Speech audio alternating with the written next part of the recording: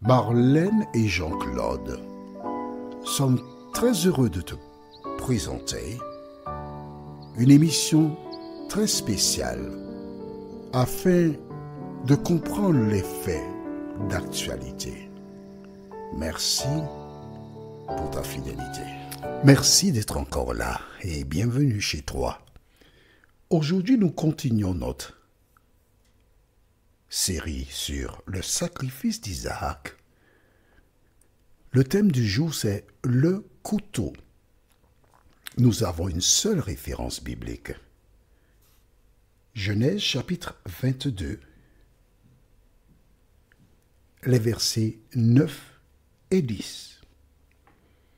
Genèse 22, les versets 9 et 10.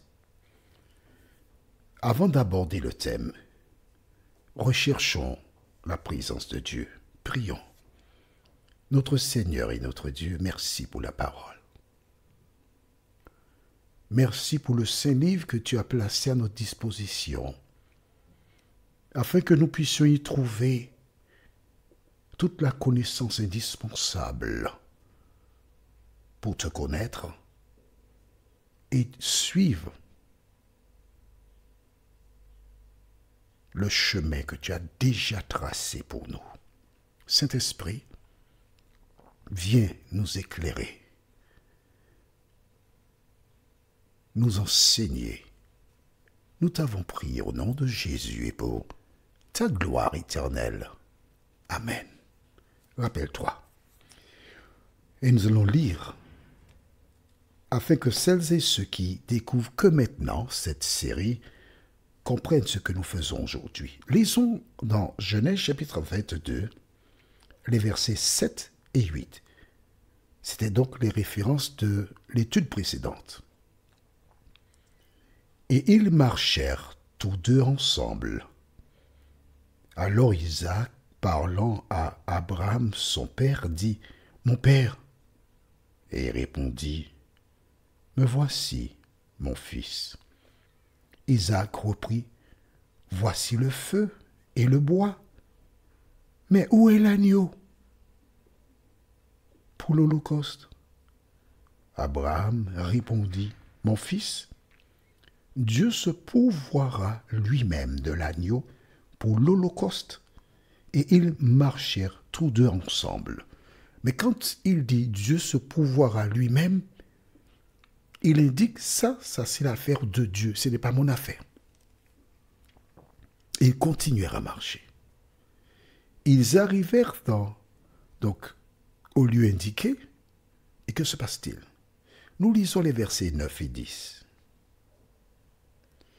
Lorsqu'ils furent arrivés au lieu que Dieu lui avait dit, Abraham y éleva un autel et rangea le bois. Il lia son fils, Isaac, et le mit sur l'autel par-dessus le bois. Puis Abraham étendit la main et prit le couteau pour égorger son fils. On s'arrête ici. Ne lis pas la suite. Tu te connais? Ne lis pas la suite, Dieu t'a dit. Laisse-moi t'expliquer. Isaac n'est pas un enfant de 7-8 ans. Il est beaucoup plus âgé. Pourquoi? Tout simplement parce que s'il avait 7-8 ans, je ne vois pas comment Abraham aurait pu prendre le bois pour attacher, mettre sur le dos d'un enfant de 7-8 ans. Donc il devait être aux alentours de probablement 12 ans. D'accord? Abraham connaît ce que Dieu lui a demandé de faire.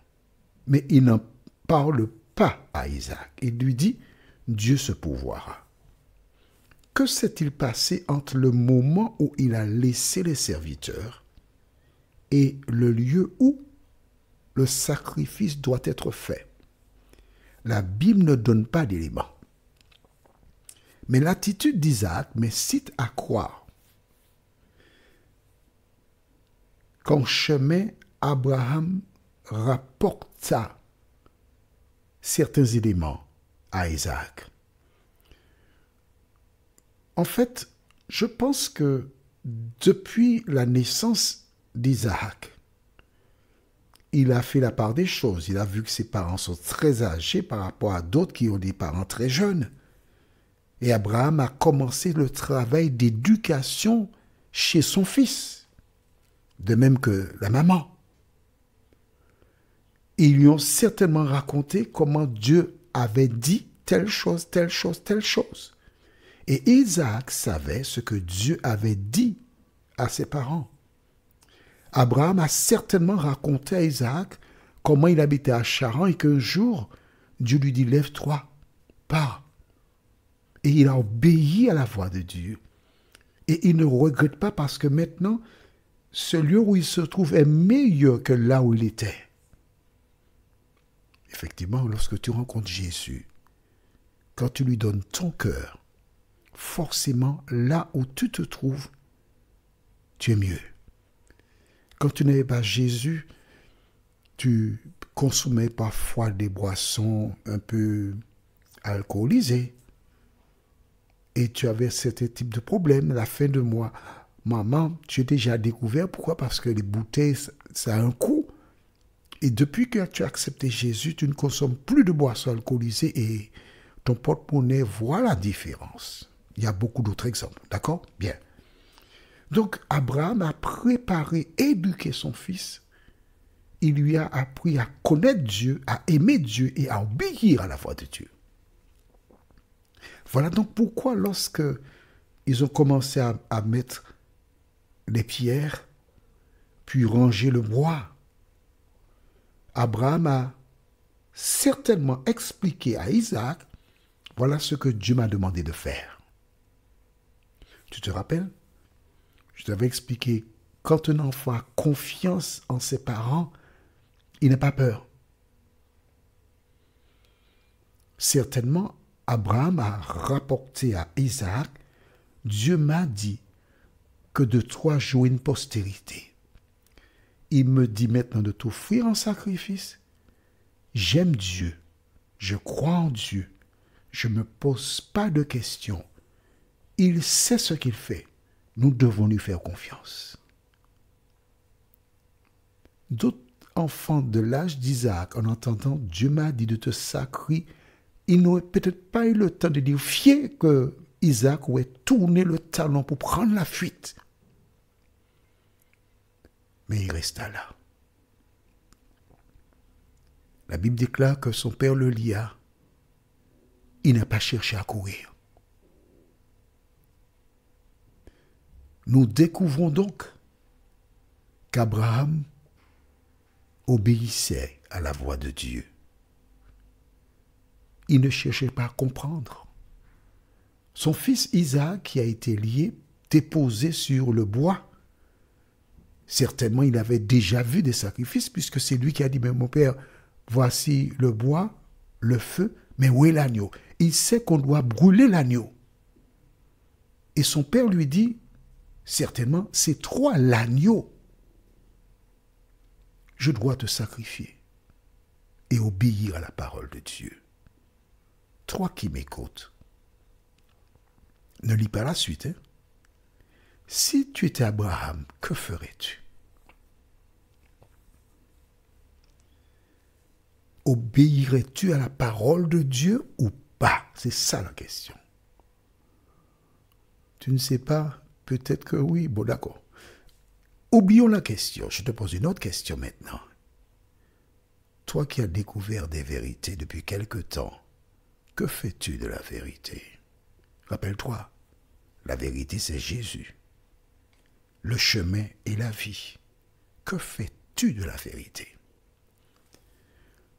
Nous découvrons à travers le sacrifice d'Isaac que, Abraham avait confiance en l'Éternel. C'est pourquoi il a obéi à l'Éternel. À travers sa foi et l'instruction qu'il donna à son fils Isaac, ce dernier avait confiance en Abraham et en même temps confiance au Dieu de son père Abraham. Voilà pourquoi il est resté là. En dépit des temps et des circonstances, quels que soient les problèmes que tu rencontres, N'oublie jamais que Jésus est le chemin, la vérité et la vie, et nul ne vient au Père que par lui. Prions. Notre Seigneur et notre Dieu, merci pour la parole. Merci pour ta présence. Merci parce que la vie d'Abraham était une lettre ouverte. À travers sa foi, il inculqua aussi à Isaac la foi qui sauve. Voilà pourquoi il accepta d'être sacrifié. Il accepta la volonté du Père céleste. Seigneur, de nous aider à méditer sur l'attitude d'Abraham ainsi que celle d'Isaac, tous deux disposés à respecter la parole de Dieu. Et aide-nous à faire comme nous t'en prions, au nom de Jésus et pour ta gloire éternelle. Amen. Que l'Éternel continue de te visiter et me tarde de te retrouver. Nous sommes parvenus au terme de notre réflexion. Si d'aventure tu as une question, il te suffit d'envoyer un message par le biais de WhatsApp au numéro suivant, plus 596 696 88 93 93. Et alors Jean-Claude, moi, je me ferai un réel plaisir de répondre à ta question.